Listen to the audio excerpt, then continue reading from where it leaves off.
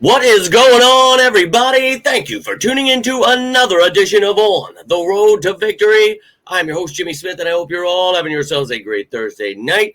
We are here to talk about Week 7 top matchups going into this Eagles-Vikings match. I cannot wait to get back on track, get this team right. Whew, it's been unbearable out there, but we're staying patient. We're letting this team develop, getting the new coaches right. We're going to be just fine. But I appreciate you all taking the time here, hitting the like button, sharing, subscribing, hyping these videos up, becoming members. All those things truly help. Cannot thank you enough for that. But we're first going to take a look at the updated injury report for both teams, what both teams look like, how they've been doing, and then we'll look at those top matchups. So love to hear from you. Any thoughts, any questions, throw them out there. But let's get this bad boy started, and we'll look at the injury report for today. And some great news for the Eagles. Quinyon Mitchell, now a full participant. Jalen Carter moved to limited, but I believe that's just being precautious there. But as you can see, Calcaterra not practicing. Dickerson still limited. They talked about him possibly not making this game either. So we will keep our eyes on this one. Tomorrow, game status report. We'll know who's out, who's questionable, and we'll talk about that then. And then with the Vikings, they added 2 players to their list. Darasol for rest, so not a big deal there. And then Greenard limited with a hamstring there. So the rest of the guys, only person that changed was their left guard, rookie Donovan Jackson, who was now a full participant. Other than that, everything was the same as yesterday. So we'll see if Van Ginkel, McCarthy, O'Neal, Ingram, any of these guys can improve. Tomorrow, again, game status report. We'll know who's out, who's questionable. So let's now take a look at both of these teams. And you can pause these if you want. There are breakdowns every single week we go through this stuff. So if you want a more detailed thing, go check out some of the shows from earlier in the week. But you want to pause this, take a look. Here are the injury lists. These are the guys that will not show up on your depth chart. Obviously, Zadarius Smith retiring. You see the name I threw in there with them on that reserve list. But those are the guys not going to be on this depth chart. You can see the offense here. And, obviously Latu there at fullback. He can also be your tight end 4. And we're hoping that people are healthy on the offensive line, but Toth could slide into that left guard job again. Everybody else, though, hopefully good to go. And then on the defensive side of the ball, we're praying Quinyon Mitchell, Jalen Carter, those guys ready to rock for this game, because we do not want it to be Adoree Jackson and Kaylee Ringo.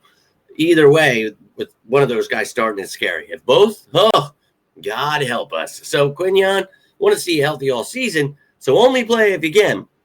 But, oh, Lord, we'll keep our eyes on that one. Special teams department, everybody healthy, good to go there. Long snappers seem to be doing all right. Will Shipley back, love that. Practice squad, you can see some of the changes that were made. Estime and Javon Baker were let go of. Added Titus Leo and Jaheim Bell. You can go check those videos out, the breakdowns on those players or anything else that has happened. There are always videos for all of these moves. Now looking at the Vikings, here is their injury list. Got the PUP and the IR. We'll see if Batty or Cashman come off of that list. But right now, these guys will not be on the depth chart. No Aaron Jones, no Rondale Moore, Ryan Kelly, Matt Nelson. So offense, you can see here, Carson Wentz seems to be the guy that's going to get the start here. Jordan Mason at back. You got Jefferson, Addison, Naylor. Naylor there. We talked about some of the injuries on the offensive line. Hopefully they're healthy, ready to rock for this one. Then on the defensive side of the ball, a very, very good defense here. And talked about this on Behind Enemy Lines. My Lord, we've got our hands full, and this would be a perfect get-right game for this offense against a really, really good defense. And then the special teams area, they've got Miles Price, the rookie, back there returning. Got some decent specialists other than that, but that's what that looks like. And then their practice squad, which they can elevate to players come game day. So here are their options. You got Kayvon Wallace there, Cam Akers, Nick Vanette, Sione Taki, Fabian Moreau. So you got some veteran players there. We'll see if they decide to elevate anyone. But now let's take a look at how both of these teams have been doing so far. And, well, we'll start it off with the Philadelphia Eagles. Do you guys have any thoughts or anything you'd like to add? Feel free to do that down below. But we know the Eagles. We hear the media. We hear the casuals. Fire Sirianni. Fire Patullo. Fire Fangio. Everybody's got to get fired. I'm not under that impression. You see Howie Roseman in that $11.6 million. We want to make some moves we can. And the Eagles know where their issues are. They will work on them. If they need to add, they will do that. I promise you. So I'm going to have faith in this staff. I don't want to be trying to add new systems halfway through the year. I know a lot of morons are saying that stuff.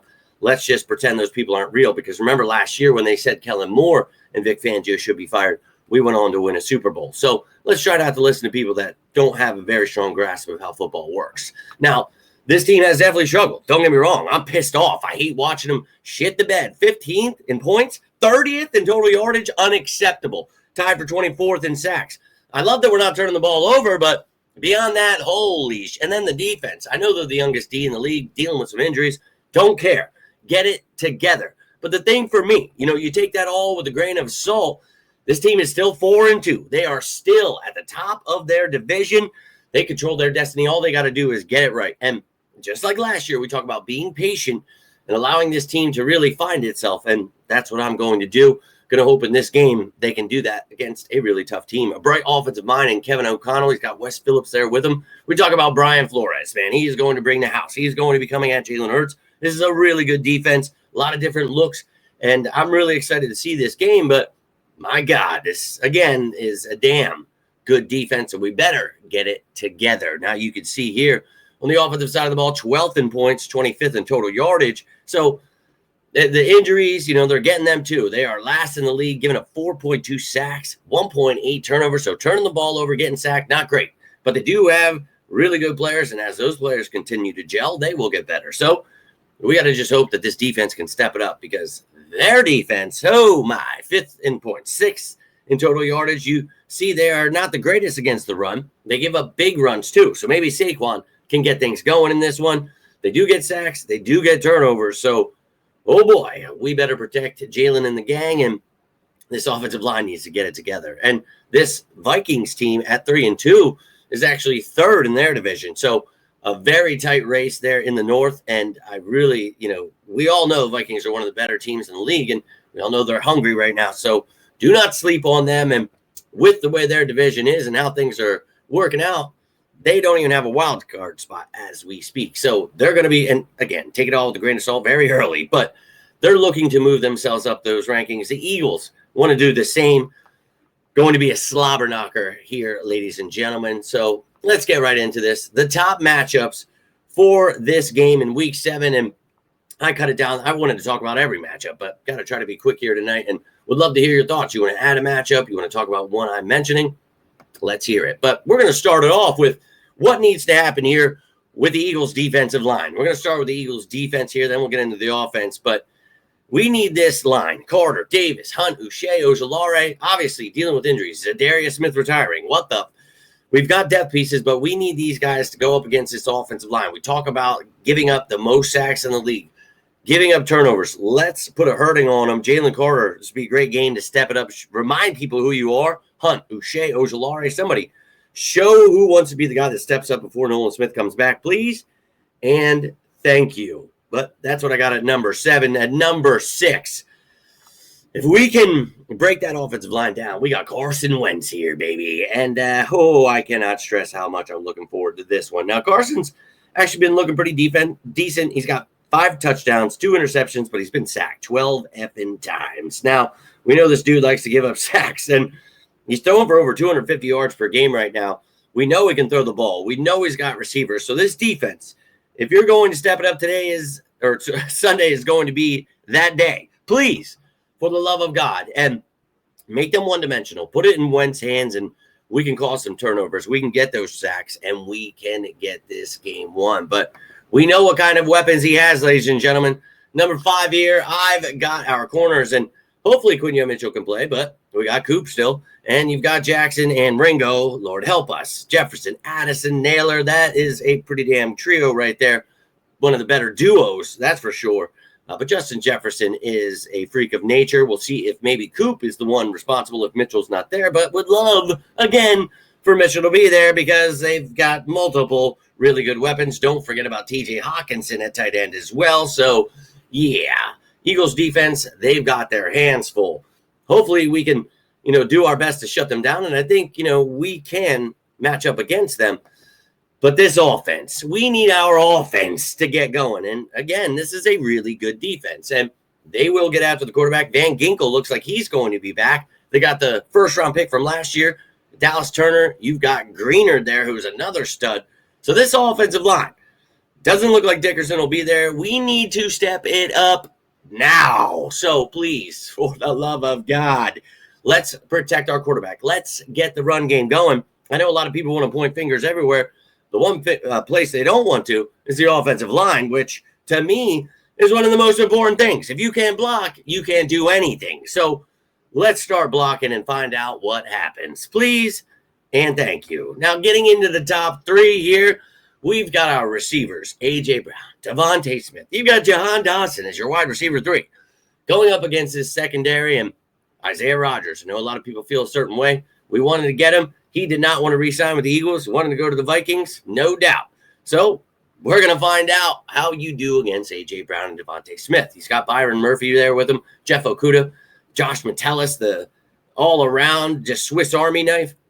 And they're going to be using their defensive backs, all of them. Harrison Smith, everybody's going to be in there. But this is a team that can beat anyone. This Eagles team, there is nobody that should be able to beat us if we are clicking on all cylinders. So get this effing pass game going. Put a hurting on these defensive backs and remind him why he made the biggest mistake ever leaving this team. And I think that will become much easier if you run the damn ball. So let's get this run game going and let's not be one-dimensional. Let's try to get a little creative with our runs. Let's not run the same damn plays over and over again. But Ivan Pace, Eric Wilson there, they got some damn good linebackers there. But we've got one of the best running backs in the game. So run them over, get Saquon going. I mentioned earlier in the video, they give up a lot of big runs.